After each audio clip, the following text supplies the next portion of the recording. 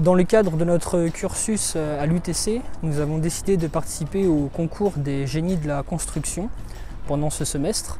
Cela a fait suite à une demande et une sollicitation de la part de M. Lamarck aux différents étudiants de la filière génie urbain. Donc, ce concours répond aux différentes problématiques d'un territoire intelligent, nouveau et durable. À travers notre projet, nous avions la possibilité de répondre à ces différentes problématiques qui étaient l'évolution du logement, du transport et de la mobilité, des activités humaines, de l'instauration des énergies renouvelables et locales, et également de la préservation et de l'intégration de l'environnement dans nos nouvelles constructions. Je dirais qu'il y a 2 points forts pour notre projet. Alors tout d'abord, on a l'intermodalité, donc c'est le fait de pouvoir regrouper tous les modes de transport au même endroit, donc, afin de faciliter les échanges entre ces modes de transport. Donc c'est pour ça qu'on remarque sur le projet qu'on a un point principal avec la gare de métro et l'arrêt de tramway qui est juste en dessous. Et donc en deuxième point, puisqu'on avait beaucoup d'espace disponible, on a pu rendre la place dynamique et accueillante grâce à diverses installations, que ce soit les installations sportives ou alors les tables par exemple.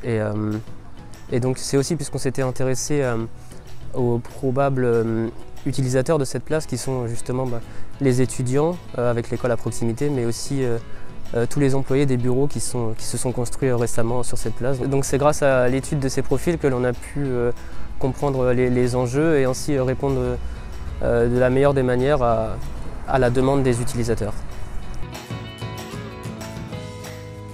Nous avons décidé de centrer notre étude sur Grenoble car cette ville est une capitale verte qui est mobilisée en faveur de développement durable.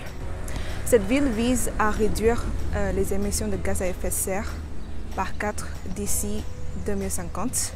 Pour satisfaire ces exigences, une ligne de métro câble est prévue d'être installée et sera délivrée en 2024, ce qui est plus écologique que les bus ou les voitures. Nous souhaitons tirer profit du métro câble afin de développer la place de la résistance pour lui conférer une position stratégique via l'aménagement d'une plateforme multimodale.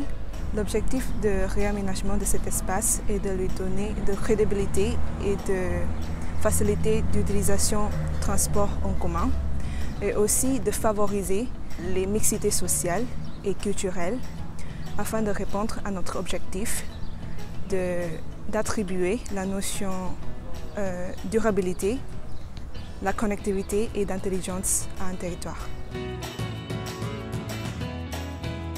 En ce qui concerne l'organisation de notre projet, notre premier contact s'est établi par l'intermédiaire du responsable de génie urbain, M.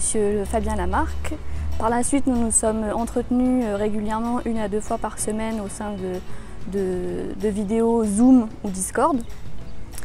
Concernant l'organisation de nos réunions, donc on démarrait tout d'abord par un léger bilan de ce qui avait été fait, de ce qui restait à faire, et on se répartissait ensuite équitablement le travail. En termes de compétences, ce projet du côté technique m'a permis d'affirmer des bases de connaissances acquises pendant ces dernières années de formation à l'UTC, surtout dans le cas de comprendre l'utilité de la modélisation en 3D et de l'exploitation des données d'une maquette numérique.